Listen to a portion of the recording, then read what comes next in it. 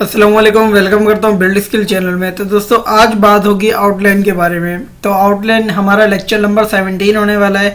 तो चले आए देख लेते हैं आउटलाइन के अंदर कौन कौन सी प्रॉपर्टीज़ यूज़ होने वाली हैं।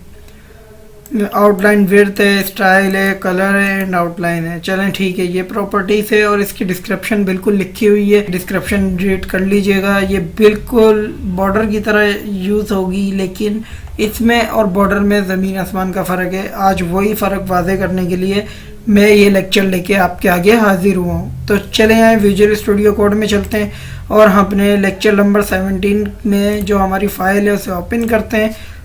सबसे पहले तो मैं एमिड एब्रीवेशन के ज़रिए यहाँ पे कोडिंग उतार लेता हूँ और यहाँ पे मैं डिफरेंस बिटवीन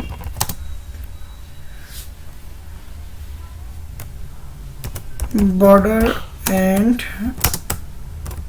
आउटलाइन, ठीक है। तो मैं यहाँ पे एक इमेज ले लेता हूँ और इसके सारे सोर्स वगैरह आ जाएगी। सोर्स में आपने वही कोड डालना है जो इमेज का नाम हो और इमेज की जो फाइल का पाथ हो, जैसे कि जेपीजी है मेरा, मैं जेपीजी डाल लेता हूँ। इमेज एक ले लेते हैं और यहाँ पे ऑल्टरनेटिव में पिक 1 दे देते हैं। मैंने आपको इमेज के फंक्शन में समझाया था कि ऑल्टरनेटिव क्या कहलाता है। जब आपकी इमेज काम नहीं करती तो ये ऑल्टरनेटिव में जो आप लिखते हैं वो चीज़ शो हो रही होती है। जैसे कि हमारी इमेज जिस चीज़ के मुताल्लिक है, बाय डिफ़ॉल्ट किसी ब्राउज़र में वो इमेज शो नहीं हो रही। जो ऑल्टरनेटिव है वो बता देगा यूज़र को कि किस पर्पस के लिए ये इमेज यूज़ करी गई है। तो मैं यहाँ पे एक और इमेज ले लेता हूँ और यहाँ पे लिखता हूँ pic2.jpg और यहाँ पे मैं लिख रहा हूँ pic2। मैं तो pic2 ही लिख रहा हूँ। ऐसा प्रैक्टिस आपने जो बेहतरीन आपकी प्रैक्टिस है वो यही है कि इमेज का नाम होना चाहिए और इमेज किस पर्पस के लिए यूज़ हुई है वो लाजमी लिखा होना चाहिए। मैं इसको सेव करता हूँ और विजुअल स्टूडियो कोड में आके इसकी कोडिंग ऑन करते हैं। सबसे पहले तो मैं अपने फ़ोल्डर में आता हूँ, फ़ोल्डर नंबर 17, और इसको मैं करता हूँ गूगल क्रोम पे ओपन।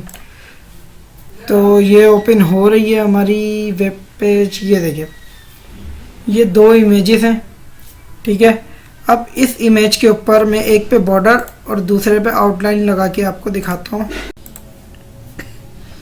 सबसे पहले स्टाइल टैग ले लेते हैं और स्टाइल टैग के अंदर स्टाइलिंग हमने किस तरह करनी है, इसमें मैं एक आईडी लगाता हूँ। जैसे कि पिक 1 में मैं एक आईडी लगा रहा हूँ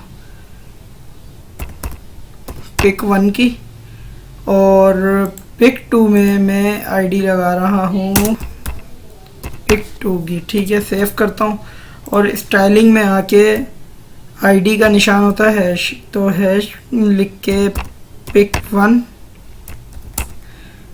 को मैं टारगेट करूँगा बॉर्डर के ज़रिए। बॉर्डर 2 पिक्सल सॉलिड रेड, ठीक है। और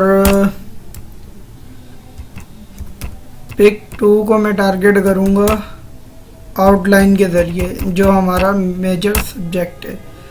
2 पिक्सल सॉलिड रेड। सेव करता हूँ और इसकी आउटपुट दिखा देता हूँ। ये देखें, आउटपुट के अंदर आप देख सकते हैं कि बॉर्डर में कोई फ़र्क नहीं है, आउटलाइन में भी कोई फ़र्क नहीं है। फ़र्क कहाँ पड़ेगा बॉर्डर और आउटलाइन में, मैं अब बताता हूँ। जैसे कि ये कंटेनर लगा हुआ है, मैं कंटेनर को सबसे पहले टारगेट करूँ, डॉट कंटेनर, और कंटेनर जैसे मेरी क्लास है तो मैंने डॉट के हिसाब से लगाई है। अब मैं कंटेनर को टारगेट करता हूँ। सबसे पहले तो मैं इसको बॉर्डर देता हूँ, बॉर्डर 1 पिक्सल सॉलिड ब्लू, ठीक है। सेव करता हूँ और उसके बाद मैं इस कंटेनर को करूँगा विड्थ 200 पिक्सल और हाइट तो इसकी वही रहेगी जो होती है हाइट 100 VH। सेव करता हूँ।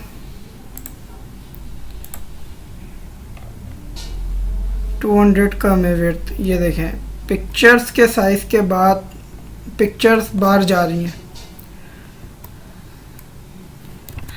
तो ये विड्थ कम है, मैं इसकी विड्थ सेट कर देता हूँ 400 पिक्सल कर देता हूँ और सेव करता हूँ। ये देखें 400 पिक्सल विड्थ हो गई है। अब मैं आपको जो मेजर बात बताना चाहता हूँ वो ये है कि सबसे पहले तो मैं इसकी विड्थ करता हूँ 800 पिक्सल, सेव करता हूँ और ये 800 ज़्यादा हो गई है, मिनिमम 7 सही है, 7 सही है।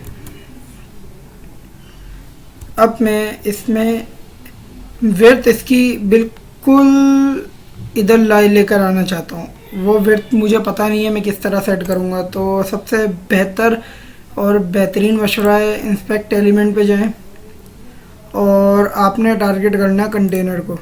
कंटेनर में विड्थ लगी हुई है, ये लगी हुई।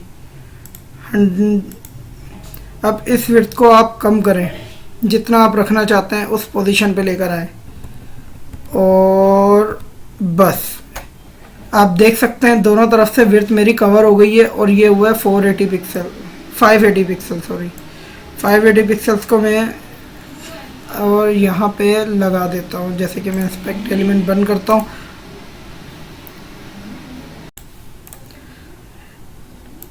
तो मैं इस बॉर्डर की जो पिक्सल्स हैं, इस बॉर्डर की थिकनेस है, उसको मैं मज़ीद बढ़ा देता हूँ। जैसे कि मैं इसको रखता हूँ 5 पिक्सल। आपने लास्ट में देखा था कि किस तरह हमारी लेआउट के साथ बिल्कुल पिक्चर चिपकी हुई थी, लेकिन जैसे ही मैंने इसकी थिकनेस बढ़ाई है तो मैं इसे रिफ़्रेश मारता हूँ तो बॉर्डर ने क्या किया, अपनी जो थिकनेस है उसको बढ़ने के बाद दूसरी पिक्चर को नीचे मूव कर दिया, जिसकी वजह से हमारा लेआउट ख़राब हो जाता है। कई बार देखा गया है कि लेआउट सेट नहीं हो पाता, हमें थिकनेस कम रखनी पड़ती है। लेकिन अगर हमारे पास डिमांड आ गई पिक्चर की कि पिक्चर इतने पिक्सल की होनी चाहिए और इसका बॉर्डर इतने पिक्सल्स का होना चाहिए, फिर आप कैसे लेआउट सेट करेंगे? तो उसका एक आसान हल हमें CSS3 में बॉर्डर की जगह आउटलाइन के ज़रिए दिया गया है। मैं आपको दिखाता हूँ किस तरह कि मैं यहाँ पे दोबारा 2 पिक्सल लगाता हूँ, सेव करता हूँ और इसका आउटपुट दिखाता हूँ, बिल्कुल सेट हो जाएगा और बॉर्डर बिल्कुल एंड तक चिपका हुआ है इस इमेज के साथ। तो मैं अब आउटलाइन पे काम करता हूँ जो हमारे CSS3 का फीचर है और बहुत ज़्यादा बेहतरीन है, क्योंकि जब जब CSS डेवलप्ड होती है उसके अंदर ऐसे ऐसे फीचर्स आते हैं जहाँ जहाँ हमें प्रॉब्लम होती है वेबसाइट में काम करने में, वो फीचर्स आने के बाद हमारी वो प्रॉब्लम CSS के न्यू फीचर्स में रिजॉल्व हुई होती है और उसकी एक अलग से क्लासेस होती हैं, सिखाया जाता है उसके बारे में। जैसे कि मैं आपको बॉर्डर के बाद आउटलाइन सिखा रहा हूँ। तो मैं इसको सेव करता हूँ। देखिए मैंने 8 पिक्सल्स लगा दिया। अब मैं यहाँ पे आके रिफ़्रेश मारूँगा तो देख सकते हैं हमारा लेआउट नहीं बिगड़ेगा, हमारा लेआउट एज इट इज़ रहेगा। सिर्फ हमारी जो थिकनेस बढ़ाई है वो बढ़ेगी, उससे हमारे लेआउट बिल्कुल सेट रहेगा। अब आप देख सकते हैं कि आउटलाइन के ज़रिए कि हमारे बॉर्डर से बाहर जा रहा है ये बॉर्डर, लेकिन हमारा लेआउट नहीं बिगाड़ा। तो ये फ़र्क है बॉर्डर और आउटलाइन में। तो दोस्तों उम्मीद करता हूँ वीडियो पसंद आई होगी। अगर पसंद आई है तो मेरे बिल्ड स्किल चैनल को सब्सक्राइब करें और मेरे चैनल को प्रमोट करें। जिसने वेब डेवलपमेंट सीखनी है मेरे चैनल का लिंक उसे दें ताकि मेरा चैनल इसी तरह ही प्रमोट हो और आप लोगों को कुछ नया सीखने को मिले। तो दोस्तों अभी के लिए दीजिए इजाज़त। अल्लाह निगहबान।